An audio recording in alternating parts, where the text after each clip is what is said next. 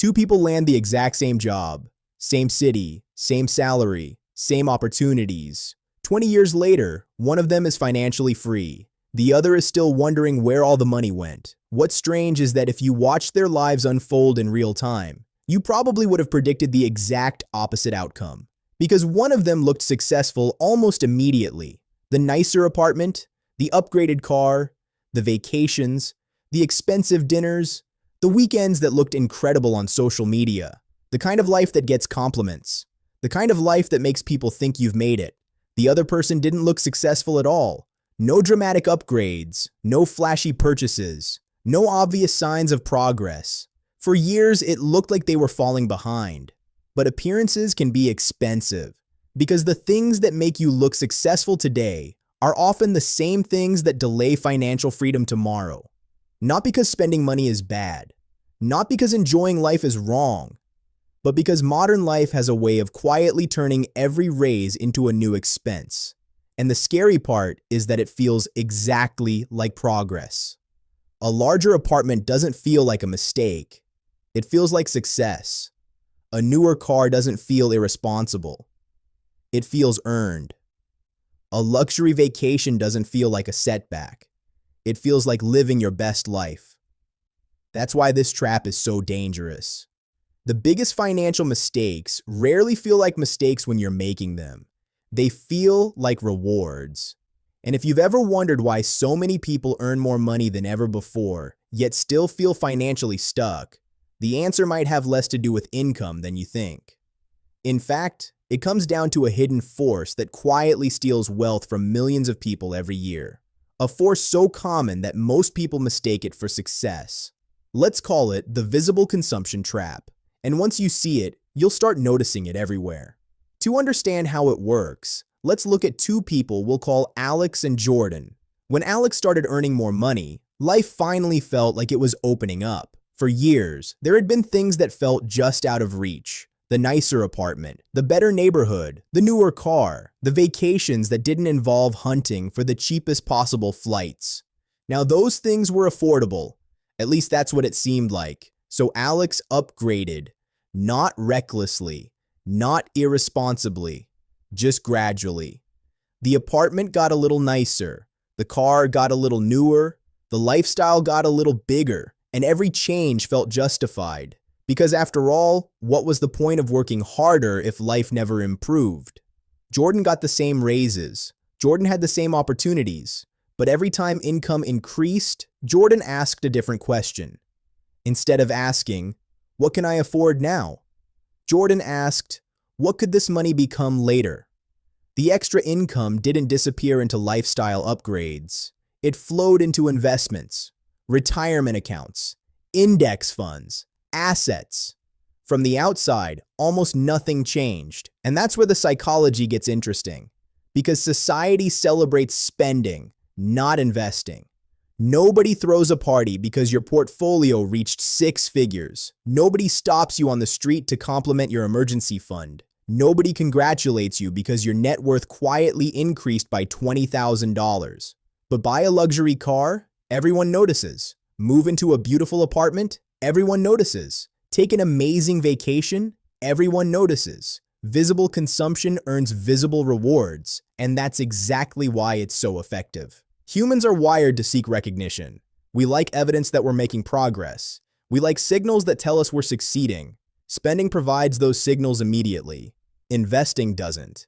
Investing asks you to make sacrifices today in exchange for benefits that might not arrive for decades. That's a much harder sell. And if you're thinking the lesson here is simply spend less money, that's not actually the lesson, because some people save too much. Some people become so obsessed with future wealth that they forget to enjoy the present. That's not the answer either. But first, we need to talk about why this trap becomes more dangerous the more successful you become. Most people believe financial problems disappear when income rises, but often the opposite happens. The higher your income becomes, the more opportunities you have to spend it. A person making $50,000 can only inflate their lifestyle so much. A person making $150,000 has far more room to create expensive habits. And expensive habits have a strange characteristic. They stop feeling expensive surprisingly quickly. The first time you fly business class, it feels luxurious. The fifth time, it feels normal. The first time you drive a luxury vehicle, it feels special. A year later, it feels ordinary. The first time you move into a beautiful apartment, you're excited every day. Eventually, it's just where you live. Psychologists call this hedonic adaptation. Most people simply call it getting used to things. Whatever you call it, the result is the same. What once felt luxurious eventually becomes your baseline. And once something becomes your baseline, giving it up feels like a loss. That's how lifestyle inflation traps people. Not all at once, slowly, quietly, one upgrade at a time, until the life that once felt extraordinary becomes the minimum standard you believe you need to be happy. And here's where things get really expensive. Every upgrade has a hidden price tag most people never calculate. Not the purchase price, the opportunity cost. Imagine you spend an extra $500 every month upgrading your lifestyle. $500 doesn't sound life-changing. It's a slightly nicer apartment, a car upgrade, more dinners out, a few luxuries. Nothing extreme. But invested consistently over 20 years, that same money could grow into hundreds of thousands of dollars. Think about that for a second. A decision that feels small today can quietly cost your future self an extraordinary amount of freedom. And that's the part nobody sees. Nobody posts opportunity costs. Nobody uploads an Instagram photo saying, "Here's the vacation I didn't take because I invested the money instead." Nobody gets likes for delayed gratification. Social media only shows the visible side of financial decisions, the spending, the upgrades, the experiences. It rarely shows the trade-offs, which creates a dangerous illusion. It makes it appear as though everyone is winning, everyone is upgrading, everyone is living their dream life. But what you're often seeing is consumption, not wealth. And those two things are very different. A person can consume wealth, or they can build wealth. Sometimes they're doing both. But many people accidentally spend years prioritizing one while believing they're achieving the other. This is why high income doesn't automatically create financial freedom, because income is only potential. Wealth is what happens when potential gets converted into ownership. Ownership of assets, ownership of investments, ownership of future cash flow, ownership of your time. And time is where this story becomes interesting, because money isn't really about money, not at the highest level. Money is about options. The option to work less, the option to retire earlier, the option to spend more time with family, the option to change careers, the option to walk away from situations you no longer want to tolerate. Those options are incredibly valuable, but they're invisible. You can't post them on Instagram. You can't drive them down the street. You can't show them off at a dinner party, which is why so many people underestimate them. Alex spent years purchasing visible success. Jordan spent years purchasing invisible freedom. For a long time, Alex looked like the winner. Friends admired the lifestyle. Family members were impressed. Everything appeared to be working. Jordan's progress was harder to see. A growing portfolio isn't exciting. Compound interest isn't exciting. Consistency isn't exciting, at least not in the beginning. But compound interest has a strange habit. It starts slowly, almost painfully slowly. Then one day it begins to accelerate, and eventually the growth becomes impossible to ignore. That's the moment most people finally understand what was happening all along. The goal was never to become rich for the sake of being rich. The goal was freedom. The goal was options. The goal was creating a life that required less financial stress and offered more personal choice. 20 years later, Alex had accumulated incredible memories, experiences, and upgrades. Jordan had accumulated something else: control. The ability to decide how to spend time. The ability to say no. The ability to work because it was a choice rather than a necessity. And that's what wealth really buys. Not luxury, not status, not admiration, freedom.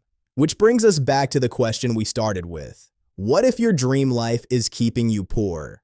Not because dreams are bad, not because spending money is wrong, but because some dreams are designed to make you feel successful today, while quietly delaying the freedom you're hoping to achieve tomorrow. The real danger isn't spending. The real danger is spending without realizing what you're giving up in return, because every dollar has a job. Every financial decision is a trade, and whether we realize it or not, we're constantly choosing between present comfort and future freedom.